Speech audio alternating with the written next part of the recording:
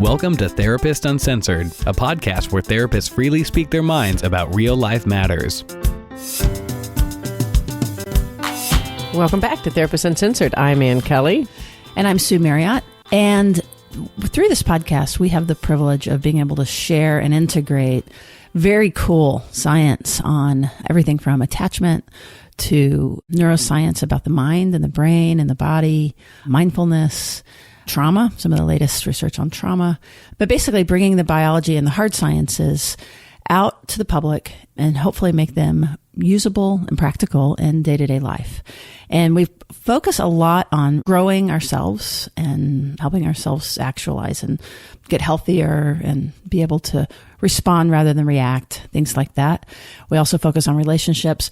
But the other thing that we always have in mind and we talk about is community. And there has never been a more, at least in the community. Yeah, and today in current events, there is a significant issue happening that is completely applicable to the things that we know and love and are bringing to our listeners. And that is what's happening at the U.S. border with the separation of family and children.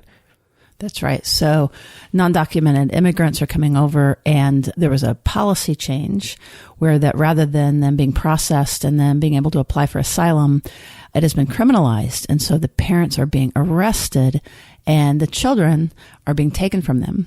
And there's no coherent at all. This is a federal judge just today said that, even with property, when there's an arrest, even for citizens and for aliens, everybody, they document the property, the automobile, the significant, the wallet, things like that. They track it, they store it, and then they return it when the defendant is released. In this case, there's no adequate way to track the children. This is, again, by a federal judge. This is not a political statement. There's no way for them to have contact while they're being detained with parents. The parents and the children are out of contact. And then third, there is no plan for reunification. They just began to do it before that they even figured out how that they were going to, reunite the parents and the children. So as of this recording, the federal judge has come out and said that there must be a plan for reunification, that the separations have to stop and all of that. But what we want to do is go really slow so that people can understand why this is a big deal. It's not a political agenda. It's a mental health. It's a human rights issue. It's a physical health issue. And we want you to be able to understand it and take it in and also be able to articulate it, in your communities about why this is important and why it's not over just because a judge has said you must reunify. Oh, yeah, no, that's a really, really good point. And I love what you're saying. This is not a blue-red issue. This crosses the divide because no matter where you stand on policy... Yeah, human development is just human development. Human development is just... It's not political. And why this is really important to our podcast, and that's and it's not just that we really, really feel strongly on this issue. It really relates to what we've been talking about, and that is the concept of attachment and the impact that the separation can have on these children and these families. And we really think that the more listeners really understand that this is not just, oh my gosh, this feels horrible, but it's actually could have a detrimental effect that's long lasting, I think it's going to be more impactful. That's exactly right. So as a quick review, over the last 75 years, it's a consensus of research. And as a matter of fact, we're going to link an article that I believe it has 41 authors that are is the global community of researchers that have been looking at attachment science and understanding the significance of primary relationships with children. This also is informed by the pediatric community, the child welfare community, all of the mental health, APA, the social workers. The medical community. That's you right. mentioned the pediatric, but we're speaking the medical community. That's exactly right. So the science part is not controversial. And that's what we're going to be talking about. It's like what actually happens in a separation, why it's a big deal, why it's not the same thing as dropping a child off at daycare and they cry, but they're fine. Right. Right. And this article that you're mentioning that has over, I think you mentioned 40 authors, the reason they've written so succinctly about this specific topic about the separation at the border is because everyone that studies in this is really, really profoundly impacted because we have the knowledge of the impact this has, and they felt compelled to get this out too. So this is part of our desire in our podcast, is to get this kind of amazing research able to get out brought far and wide. So you were mentioning the 70 so years of research, and what we're talking about is it tracks all the way back. What we've been mainly speaking about is from Bowlby on, but speaking about how the impact on humans and on primates and most mammals actually being separated from their primary caregiver. And so this is not just the idea of that children need to be fed and kept safe. And that's watered. And fed and watered. Because, I mean, it's really easy to believe once you see a child, as long as they're kept safe and calm, and we have a plan for someday eventually getting them back to their kids, everything should be fine. And what we want to really highlight that that's actually not true. And that from way back in our existence, the separation from our primary caregiver, that individual, typically the mom, but it could be the father, it could be the grandparent, but there are a few very primary. They're your peeps. They're your peeps. You know who your peeps are. They're the few primary caregivers that are what a child has attached to. And it is that attachment and the separation that creates the depth of stress that can happen in a body, that it's not replaceable just by a guard or by some good meaning citizen that's going to kind of take the place for a period of time. It's not the same, and we really want to help you guys understand that. So let's talk about the biology of it. When mammals are threatened, again, depending on the animal, they will go to their safe haven, which might be a burrow, or it might be a den, or it might be a nest. But there's a place to go to reconstitute and to escape danger. With upper primates and with human beings, it is a person. And this is what Anne's talking about the peeps. So there's a cascade of things that happen inside your body when you get threatened. And the first thing is that you try to get to your safe haven. So you get activated, and that's what you see, like you protest. When your child protests you leaving and they want to hang on, that is a biological, natural thing that one does. And what we normally see outside of these extremely traumatic stress events, which is what we're talking about at the border, is just the protest and the despair, right? It's painful, but once the separation happens, they can be comforted and reconstituted, and they're, move on. It's not the end of the world. And if you'll notice that some people who are supporting this policy, you can hear the dismissiveness in their reasonings. And it's dismissing the emotional impact and the physiological impact by saying, well, we're keeping them safe and we're feeding them, and we threw a couple balls in there and there's cots. Or we might be providing safe homes, That's right. Good meaning families, which are wonderful. Or strangers. But they're complete strangers. Probably not even speaking the right language. So those of you following the podcast, you'll hear how that language is an attempt to shut down the emotional reaction and to shut down the need and to close the conversation. And that's, as we know, kind of on the blue side. And so the policy is highly dismissive of the absolutely real natural needs, developmental needs of the child. Let's be real clear, Sue. When some people hear the blue side and they're not familiar with our podcast, they might be thinking that we're meaning blue and red in terms of Republican. If you're a first-time listener, we refer to the blue side as an attachment style that is more avoidant, and the red side as the attachment style of a bit more preoccupied. But not for today's podcast, but right. That's kind of what we're meaning. The blue side meaning let's sort of avoid and shut down that the emotional attachment isn't primary or relevant. And we're trying to help people really understand that that's really not the case. That's right. It's actually, if you'll listen to episode 59, 60, and 61, that will give that quick review. And it's not that the blue side thinks that the attachment isn't relevant. It's that there's been enough injury early on that we have had to shut down our attachment awareness and our attachment needs in order to stay close to the parent. So the needs are the same across all of these attachment types. Good point. But the strategies to stay close to the parent have had to change and adapt. Basically what happens in the separation is that there is a raise of heart rate, cortical and stress hormones flood the body, because you're preparing for the stress and you're preparing to be active. But when it's prolonged and when the stress is not comforted, then you're in this very long period where your organs are taxed and your vigilance sort of wears out. And basically another piece of the stress response is to begin to shut down. And you're talking about prolonged separation from the attachment figure, not just from comfort, but the prolonged distance from the attachment figure, which the child associates with safety. That's right. And what's prolonged? So what the research shows is even in the strange situation, which was the, original Mary Main study that began to really help us understand this, those separations were only 3 minutes, and the child was never actually left alone, but it was so stressful on the kids that sometimes they would have to shorten it because they were seeing the effect of the separation on the kids.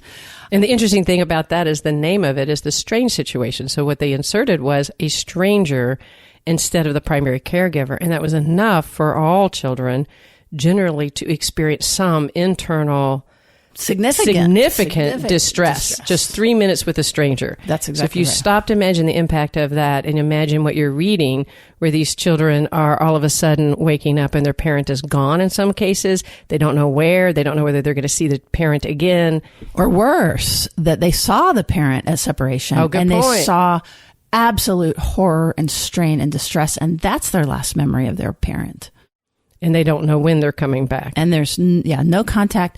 They don't know when they're coming back. They're on a concrete floor behind chain link fence. Again, we read this morning of a review by Elizabeth Warren, who toured the facilities. And this is what's happening. Let's take a quick moment out to thank our sponsor. Now, our listeners come from all types of professions and backgrounds all over the world, and we're so happy about that. And we are also really honored that many of our subscribers are mental health professionals like Sue and myself. And like us, many of you did not become clinicians because you were ecstatic about focusing on the business aspect of your practice. We want our attention to be on our clients and other really important endeavors. And that is where Theranest comes in. Now, Theranest is a practice management system for mental health professionals, and it can really help easily streamline your whole entire practice. It has a client portal for scheduling and great calendar organization. It has HIPAA-compliant notes and documentation, one-click claim submissions, credit card processing, and one of the really great parts also, it has a really amazing live customer service. So there's no reason not to check it out. You can try it for free. And as a listener, they are offering you 20% off for the first 3 months. And how you would get that is you would go to theranest.com/therapist uncensored. We'll have a link on our website. So that is theranest.com/therapist uncensored. All right, let's get back to our show. Part of what we're talking about, then when we're talking about the distress, is also the impact, not just in the moment and the cortisol, the impact that toxic stress will have on the children's bodies. And that this is not a temporary impact. This isn't just, what we're talking about it is that there's going to be a temporary impact of a stress hormone, and then we're going to move on about our day. We're talking about a chronic and toxic level of stress that likely is happening in these children's bodies that could potentially significantly impact, like you were saying earlier, Sue, their brain development. And could be long-term impact. This isn't short-term impact. That's right. So we're not speaking about any particular child, of course, but we are talking about the science of the mind, and that when these stress hormones have been prolonged and unresolved, that basically it can change the architecture of the brain. It changes how we respond to anxiety. It changes how we are able to think and process information. It changes even our capacity to learn and to sort of update our models. Again, this is research that when people have these neuroanatomical changes, it affects memory, it affects stress regulation, substance use, and even parenting in the next generation. So what we're seeing in this event that may be hopefully is a short-term event, can absolutely impact things lifelong and maybe even beyond that. So this is a huge deal. This is not people overreacting. These are folks that understand basically the implications, the physiological implications of this kind of stress. And those physiological implications are then, like you're saying, imprinting on these children's understanding as well as their parents' understanding of trust. Trust, is my environment a safe environment? Are the people around me a safe environment? And how does that trust get integrated in how these children will relate in the future? That's right. And it's not just trust like conscious trust. It's the body, it's biologically imprinting. Right. So it's not even as high of a level of a thought. It's just an unconscious filter that will come in, and so the body will respond differently. Like for example, like when there is a small stress event in the future, might have more difficulty recovering from that small stress event. That's an example. The science is so profound on this and not divided that even rat pups separated from their mothers for a short time, you can document the neuroanatomical changes in the brain, and it affects their offspring. And that's epigenetics. It affects their offsprings, and it's long lasting.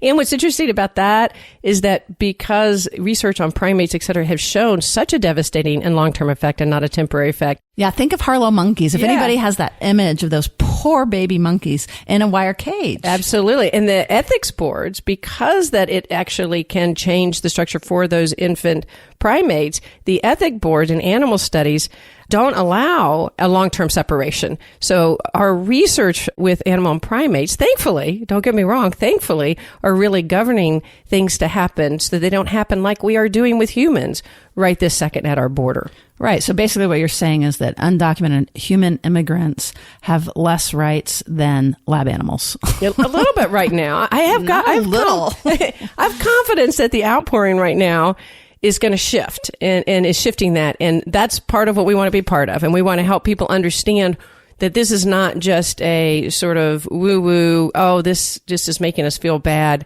I saw somebody post something about, well, if we're going to outcry like this, we need to outcry for foster children. And I wasn't sure of the intent of that, but I don't necessarily disagree that, in fact, we really need to be taking in these kind of separation from parents in a very, very serious way. Right. And foster parent, that's an interesting thing. You know, I used to work for Child Protective Services, and I also know this just from the research that even an abused or maltreated child has absolute separation distress when separated from that parent, even an abusive parent. And the idea behind that from an evolutionary standpoint is that even an abusive parent is still net gain good for the child from the dangers of the world. So that's how powerful the bond is. Because they can wake up in a hospital, being put in the hospital from their mom, say, and the first thing they want is their mom. Even if they're abusive, and partly because if even with an abusive parent, you learn to predict it. You learn to be able, with an abusive parent, to know how you alter your body to be able to keep that parent close. And there's something in that prediction, as difficult as that is, that really can add to a level of stability for the child. Now, we are not saying at all advocating that abuse is going to lead to stability, but what we're saying is what happens at the border and these sudden and unpredictable departures, that we're really wanting people to understand how impactful that is on the whole family system, but primarily the kids and their kids. And there was one more point on this. You know, we had mentioned that when you have extreme stress event, that it sets you up to have more difficulty recovering in the future. Well, the other problem at the border is that a lot of these kids have a number of high-risk socioeconomic factors and have probably been in very strained. The whole point of them coming over is many of them are seeking asylum and would normally qualify for asylum out of torture, out of gangs. There's multiple reasons, violent reasons. It's about safety that they're here. And so now there's been this rupture again, probably with bodies that aren't going to be the healthiest to bounce back. And then the parents are under such strain that even if they can get an interview, a request for asylum, which is what they have to do, because they have to make a case for themselves about why that coming over is a life event, is protecting their life. And it's going to be much harder for them to be able to do that, when they're in disillusion because that they have lost their child. And we actually read specific examples with parents, like a father trying to run and take his adolescent boy from away from El Salvador, so that they were not being forced to join a gang, he left his wife and his daughters to protect his son from having to join a gang. And that's one of the kids that is in detention now. Yes, exactly. Or Elizabeth Warren, a mother that has fed water to a police officer. Where was that? And that because Cambodia. of that. Oh, yes, that's right. And because of that, the gangs had decided that she was colluding with the police. So this her mother life was at risk. And her children's life. So she took her children and she ran. And this mother, having her children suddenly removed from them, she has no idea when and if she's going to see these children again. And now she's saying, can you tell me your story? And what they're noting, the attorneys that are interviewing these mothers are noting that they can't get the story because they can't get regulated. They're so dysregulated about their loss of their children, they can't even articulate. Their whole brain is responding in such a level of primary distress that they're not able to produce an articulate story. So not to be too depressing, really this is more a call to pay attention and also an example of the science in action. And toxic stress isn't just happening at the border. Like Ann mentioned earlier, foster care is another, of course, really good example that we should pay attention to. But many of us in our lives have stress and strain. And so it's really, again, an invitation to take very seriously this dangerous chemical if flooded and if, if it stays in our body for too long. And that's like the stress we're feeling right now as the dog is barking in the background. I'm just going to introduce Cooper. That's his name. He's saying hello. So anyway, just wrapping this back up to all of us and all of our listeners, that we also talk a lot about mindfulness and meditation and therapy and turning towards close others. All of these things are ways to modulate stress. And even hearing this super distressing news and being helpless to do anything is another form of, pretty severe stress. And actually working with mindfulness, but also in action. When we hear chronic stress, we feel chronic stress because we feel helpless. If there's anything we can do to take action, that really, really does help the process. And that's one thing that's pretty impactful. There are a lot of people that are really standing up against what's happening at the border and are really actively engaged in trying to intervene. And that's really a hopeful outcome, I think. That includes us. We are on the list to go down there and do interviews with the kids and things like that. What we know right now is that there's a backlog of people wanting to volunteer. However, there are places to fund, and we will put the GoFundMe and we'll put a couple of links for folks that want to do something and try to help this crisis. That would be great. So we really appreciate you listening. And again, we're going to attach that article and things to do, things you can do. And we'll keep that updated. Right now, we'll put what we know. But if new things come along, we'll put that on the show notes as well. So thank you so much for listening. If you enjoyed what you hear, please feel free to pass it on. If you enjoyed it, or this one might not have been so fun, but if you find it valuable. That's a good point. This is not a woo dialogue. Yeah, and we would also appreciate any kind of feedback. We really do listen and appreciate any time that you could take to rate and review us. All right, thanks. We will see you around the bend. Therapist Uncensored is Ann Kelly and Sue Marriott. This podcast is edited by Jack Anderson.